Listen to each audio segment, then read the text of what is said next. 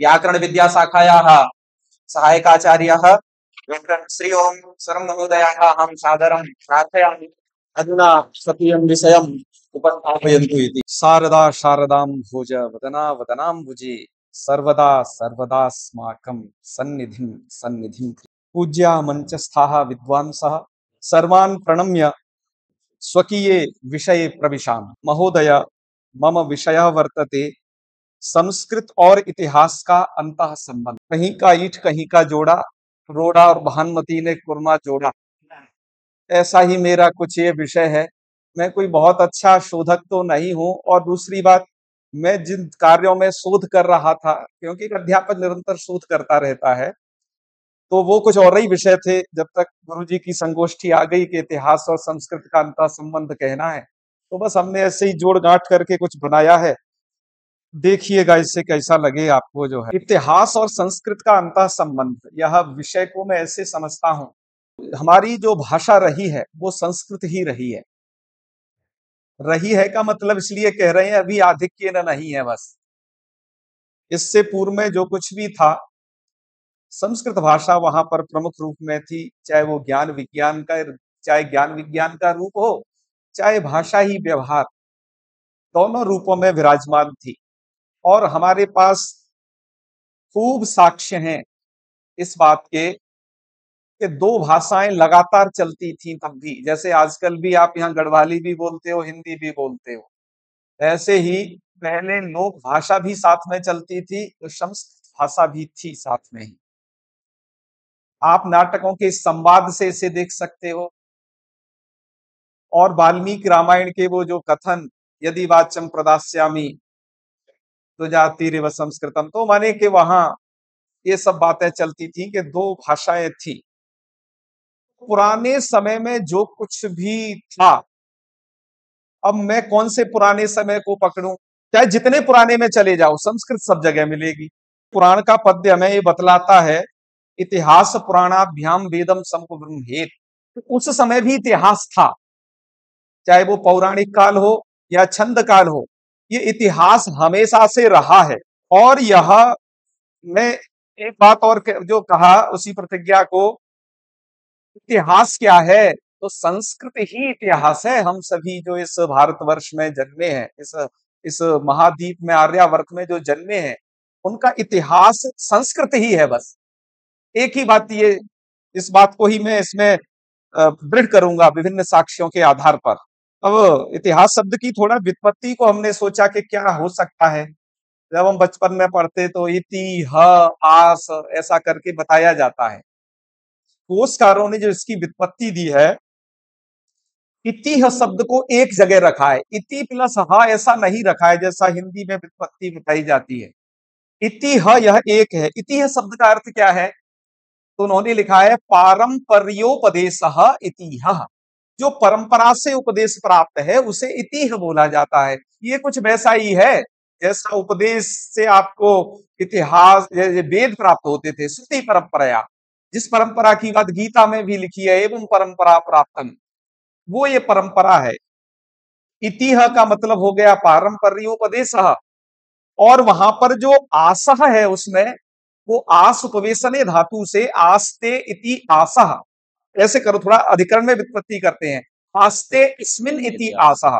बाहुल्कात अधिकरण में घय प्रत्यय होता है, क्योंकि भावे से तो भाव में ही होता है, लेकिन बाहुल्कात भी है। तो इसका मतलब ये हुआ, पारंपर्योपदेश है जिसमें उसको कहे, वो चीज कहलाएगी इतिहास। इसीलिए वेद के लिए बात कही, इतिहास पुराणाभ्याम वेदम समकुर्वहेत। यहां पर एक बात और स्पष्ट हो जाती है इस पद पे कि इतिहास अलग चीज थी, पुराण अलग चीज था। क्योंकि पुराणों पे समय पर भी ये बात आती थी कि इतिहास को साथ लेके चलो।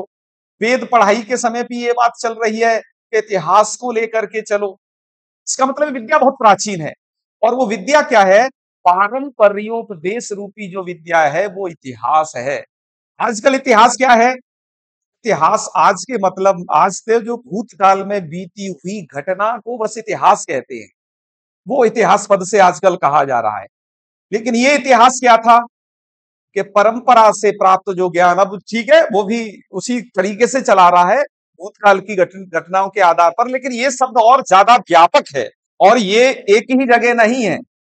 इतिहास, पुराण, आख्यान, वाक्यो वाक्य, ये शब्द अलग अलग संदर्भ में बिल्कुल यूज हुए हैं।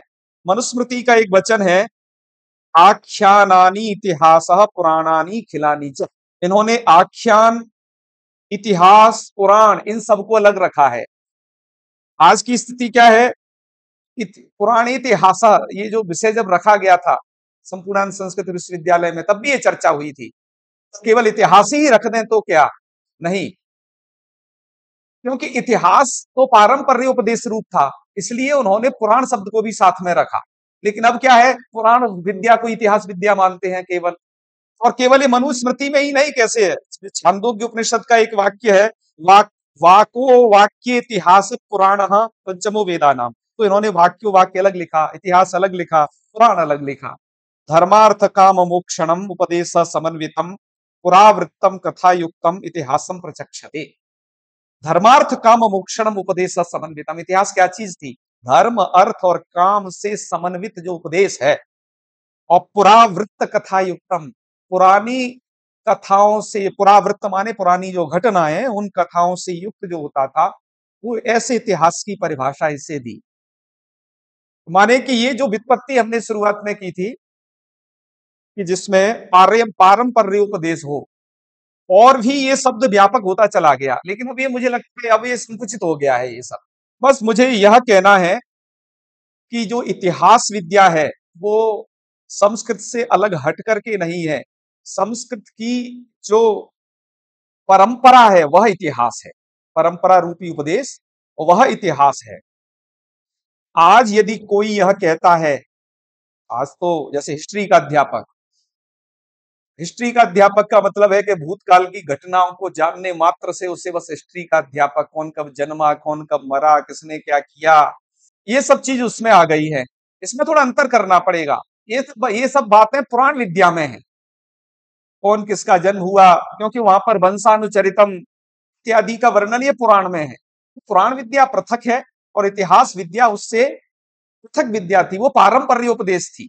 ये इन सभी उदाहरणों से ये हमें पता चल रहा है। और आज कोई यदि अपने आप को कहता है कि मैं इतिहासज्ञ हूं, यदि वो संस्कृत नहीं जानता है तो वो अपने साथ में वो छद्म कर रहा है, क्योंकि तुम क्या परंपरा को जानते हो, जो इतिहास लिखा गया, जो इतिहास, अब तो देखो इतिहास लिखा जाने लगा, पहले परंपरा से श्रुत होता था सब, परंपरा उपदेश था ये सब। तो अब इतिहास का मतलब, एक इतिहास शिक्षक वो जब ही है जब उसे पूरे परंपरा के उपदेश का ज्ञान है, उसे संस्कृत की समझ है। क्योंकि जितना भी तुम्हारा बैकग्राउंड है वो सब, पुराण ले लो, वेद ले लो, कोई सा भी गृह सूत्र, धर्म सूत्र, कुछ भी उठा लो, सब जो है संस्कृत में निबद्ध है। आप एक अच्छे इतिहासज्ञ जब ही हो सकते हो जब आप संस्कृत जानते हैं, क्योंकि सब चीज संस्कृत में निबद्ध है। दूसरे की लिखी लिखाई किताबें, मैं दूसरे की मतलब जो 17वीं शताब्दी बाद कोई यहाँ पर आए अंग्रेज, उन्होंने कुछ लिख दिया यहाँ का इतिहास, उस नजरिए से देखना इस भारतवर्ष को अन्यायपूर्ण है। जो यहाँ की संस्कृति में रचा बसा बढ़ा नहीं, जिसने वो परंपरोपदेश कभी प्राप्त नहीं किया, सीधी किताबियां उठाई और हाँ जी इसमें तो यही लिखा है और वही मान लिया।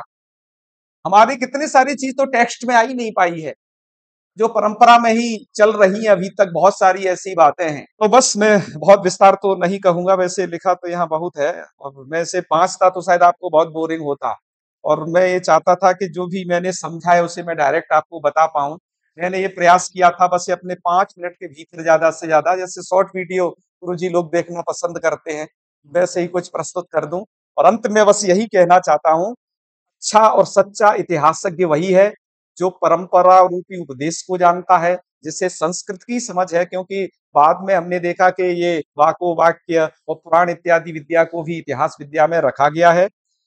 और इसलिए मैंने इसको शुरुआत में एक बात की, लास्ट में कहूंगा, संस्कृतमेव इतिहास, संस्कृत ही इतिहास है, या संस्कृतम जानाति स इतिहासम जाना, संस्कृतम न जानाति तदा अन्वय व्यतिरिक्त से दोनों तरीके से लगा लीजिएगा। सभी को प्रणाम, सबकी हर हर महादेव, और स्नेही गुरु जी को बहुत बहुत प्रणाम।